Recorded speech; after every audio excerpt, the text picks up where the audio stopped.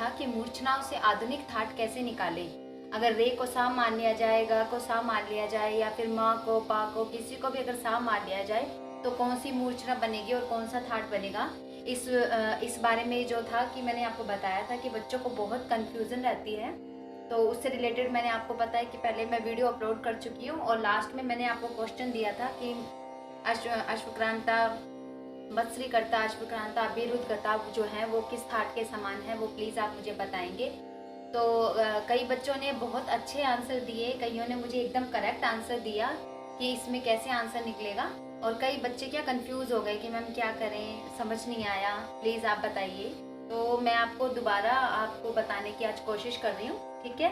तो जैसा कि एक बार मत्स्यकर्ता हम ले लेते हैं कि मत्स्यकर्ता, अश्वक्रांता और अभिरुद्धकर्ता, ठीक है। तो उस तरीके से हम देख लेते हैं कि सबसे पहले मैंने आपको बताया था कि आपको क्या करना है, आपको नोट्स लिखने हैं। कितने नोट्स लिखने हैं आपको?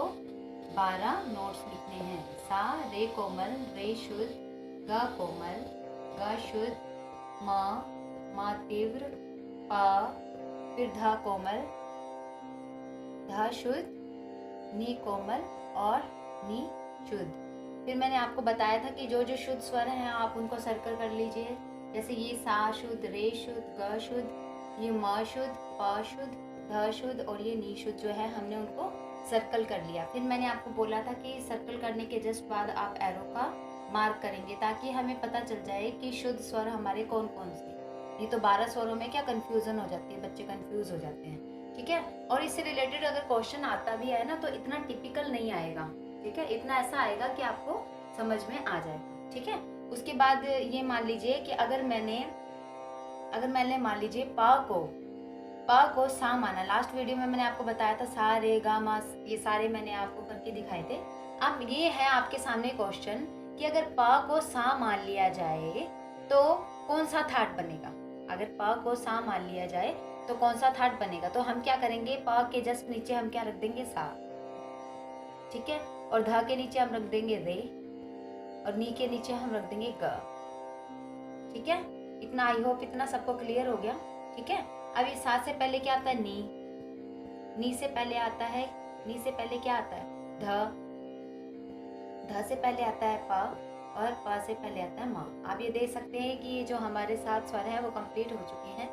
अब सिंपल ट्रिक जो मैंने आपको बताई थी कि आपको चेक करना है कि इसमें स्पेस है या नहीं। अगर स्पेस है इसका मतलब कोमल या तीव्र की जगह है, अगर स्पेस नहीं है तो इट्स मीन वो शुद्ध स्वर हो सकता है, ठीक है। आप देख सकते हैं कि इसके बीच में पा और ध के बीच में एक स्पेस है, तो इसका मतलब यहाँ रे कोमल की जगह है, और ये हमारा क्या मिल गया हमको, रे शुद्ध। सा तो शुद्ध है ही, रे भी हमारा शुद्ध हो गया। अब ये देखेंगे ध और नी के बीच में भी एक स्वर का गैप है, तो हम ये क्या मानेंगे, ग कोमल। रे के जस्ट बाद ग कोमल आता है, तो यहाँ ग कोमल की जगह और ये ग शुद्ध, ये हमारा हो गया ग शुद्ध, ठीक है। आई होप इतना समझ में आ रहा है सबको, ठीक है। अगर कोई भी कंफ्यूजन है तो आप मुझसे पूछ सकते हैं, कोई भी डाउट हो तो आप मुझसे पूछें, मैं आपके डाउट्स को क्लियर करूँगी, ठीक है। और उसके जस्ट बाद आप देखेंगे यहाँ से लेंगे सा से पहले एक स्वर का गैप है, इसका मतलब यहाँ नी शुद्ध की जगह, और ये हमारा क्या मिल गया हमको, नी कोमल। नी कोमल से पहले क्या आता है, ध शुद्ध, इसका मतलब ये जो ध है वो शुद्ध है। ध शुद्ध से पहले ध कोमल आता है, और पा तो आपको पता शुद्ध होता ही है, ठीक है। तो और पा से पहले आता है मा तीव्र, ये मा तीव्र की जगह, और ये क्या मा हमारा शुद्ध है। तो इसमें हमें क्या मिला, सा शुद्ध, रे शुद्ध, ग शुद्ध, मा, प, ध, ये सारे शुद्ध है, और एक हमें मिल गया नी कोमल। तो नी कोमल प्लीज आप बताएंगे किस ठाट में आता है, वो आता है हमारे समास ठाट में, ठीक है। अगर आपके सामने ऐसा क्वेश्चन आ जाए कि अगर पा को सा मान लिया जाए तो आप हमें बताइए कि कौन सा ठाट बनेगा, तो ये वाली ट्रिक आप यूज कीजिए, 100% आपका आंसर एकदम करेक्ट होगा, बिल्कुल भी क्वेश्चन गलत नहीं हो सकता, ठीक है। चलिए अब नेक्स्ट लाइन ले लेते हैं, नेक्स्ट क्वेश्चन ले लेते हैं। कुछ स्टूडेंट थे जिन्होंने एकदम करेक्ट आंसर दिया, उनको मैं बहुत बहुत बहुत थैंक यू बोलना चाहती हूँ कि आप सबने ट्राई किया और वेल एंड गुड आपने अपनी जो है परफॉर्मेंस दी है, और मैं आपको वेरी गुड बोलती हूँ उसके लिए कि आपने इतनी कोशिश की, ठीक है। चलिए अब हम नेक्स्ट ले लेते हैं कि अगर ध को सा मान लिया जाए तो कौन सा ठाट बनेगा।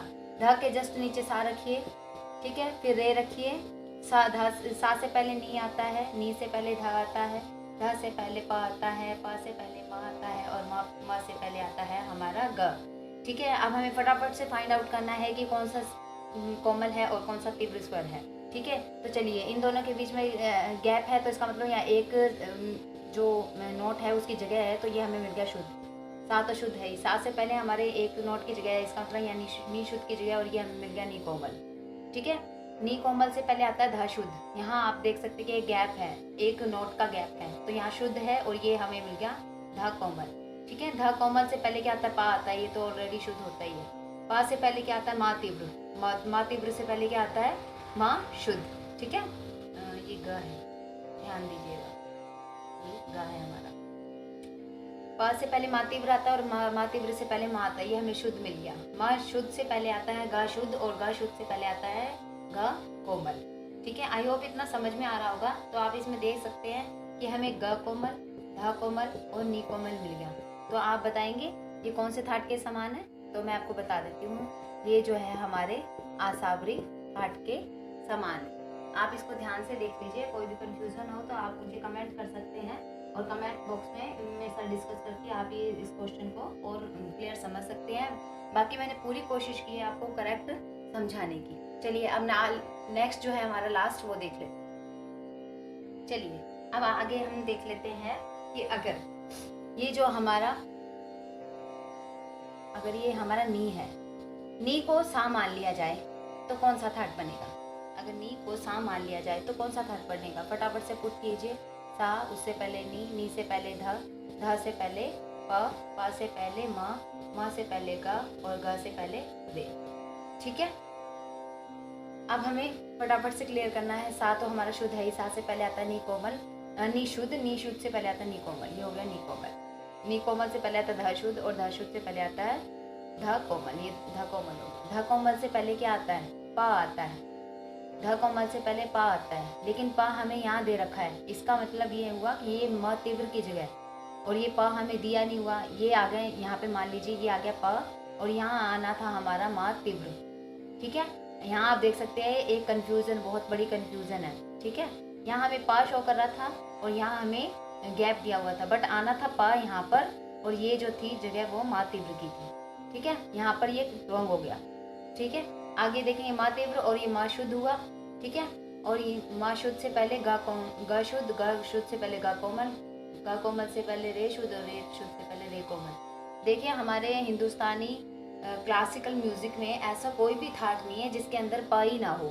ठीक है, पाई ना हो ऐसा कोई भी थाट नहीं है कि पाई हमारा वर्जित कर दिया जाए। अगर पा नहीं है, इसका मतलब ये वाला थाट, ये जो मूर्छना है वो किसी के भी इक्वल नहीं है। ये क्वेश्चन रॉन्ग हो गया। ठीक है, ये किसी भी मूर्छना के इक्वल नहीं है, इसमें कोई भी थाट नहीं बन रहा है। इसमें बच्चे कंफ्यूज हुए थे, कमेंट भी आए थे मेरे पास कि मैम लास्ट वाली जो है मूर्छना वो समझ में नहीं आई, अगर नी को सा मान लेते हैं तो कौन सा थाट बनेगा? मैम इसमें कंफ्यूजन है। बच्चे इसमें कंफ्यूज होने की बिल्कुल भी ज़रूरत नहीं है आपको। मैं आपको बता देती हूँ कि जो लास्ट जो है हमारा, अगर नी को हम सा मान लेते हैं तो ये किसी भी हमारे हिंदुस्तानी क्लासिकल म्यूजिक के किसी भी थाट के बराबर नहीं है, किसी के भी समान नहीं है, क्योंकि ऐसा हमारा कोई थाट ही नहीं है जिसके अंदर पा ना हो। पा मस्ट है, मतलब सारे सातों स्वर हमारे आने ही चाहिए थाट में, तभी तो थाट कंप्लीट होगा।